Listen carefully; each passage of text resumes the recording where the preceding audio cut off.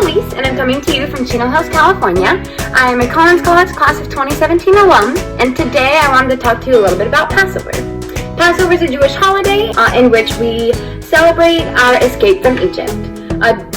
Way back in the day, when Jews were under Pharaoh's watch in Egypt, God sent down 10 different plagues in order for the Jews to be able to be freed and escaped under Pharaoh's watch.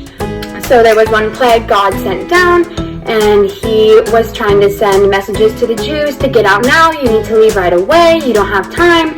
So they packed up whatever they could. They got the bread from the oven, even though it wasn't baked all the way, and so that's why we eat matzah for a week. It actually tastes really good. We do chocolate covered matzah, it's amazing. So matzah, which leads me to today, we're gonna make some matzo ball soup, everybody's favorite. Just bought the little box from the store, it comes with a couple packages. The first package is the matzah meal. You just add a little bit of eggs and oil to make the matzah meal, so you can make matzo balls. I have my hot water right here with carrots in it. The carrots are one of my favorite vegetables to add to soup. I really like them soft.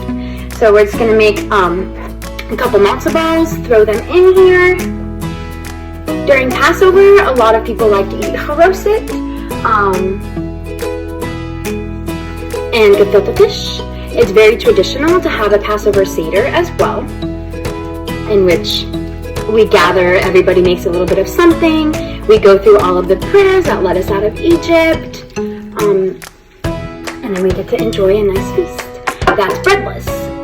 So, since we are done with the matzo balls, we're going to let that simmer for 30 minutes, and then after that 30 minutes, you will have what is yummy matzo balls. Thank you for watching, and from your Collins College, we hope you stay safe, be well, and feel free to cook.